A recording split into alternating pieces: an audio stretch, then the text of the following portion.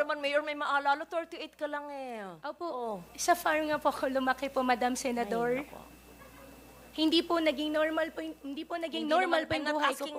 Halos maiyak na si Bamban Tarlac Mayor Alice Liang Liangco nang dikdikin ukol sa pagkatao niya sa pagdinig ng Senate Committee on Women and Children kanina. Kwestiyon ng mga senador ang birth certificate ni Go para alamin kung ano talaga ang nationality ng kanyang amang si Angelito Go. Ang tatay niyo po ba ay Chinese, Filipino, o Filipino-Chinese?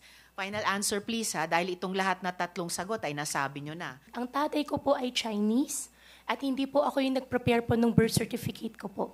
Your birth certificate is riddled with holes. Pati po yung citizenship niyo ay riddled with holes. Kung hindi kayo ang sinungaling, ibig sabihin yung tatay niyo ang nagsinungaling. Ginisa rin ang mayora sa kwento niya tungkol sa kanyang mga magulang. Sabi kasi ni Go, ang nanay niyang si Amelia Leal, kasambahay raw nila at iniwan siya pagkapanganak. Sa pagkakaalam din daw niya, solong anak siya.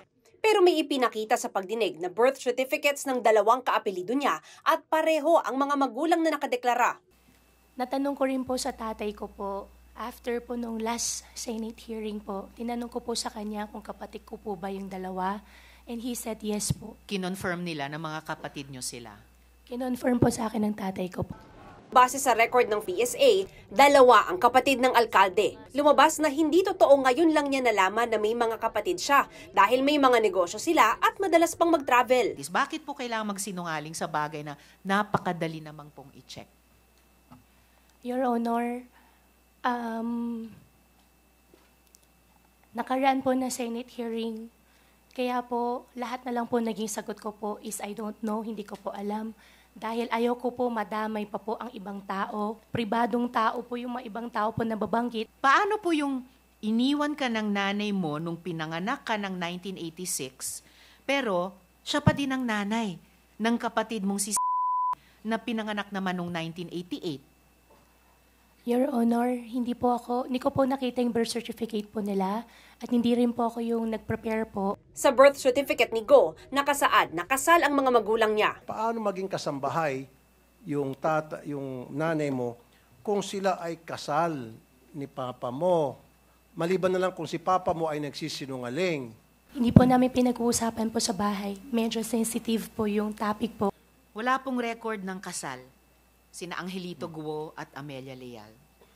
Okay? So yan ang sinasabi po ng PSA certification natin. At ito ang higit pang malala, walang birth record at all.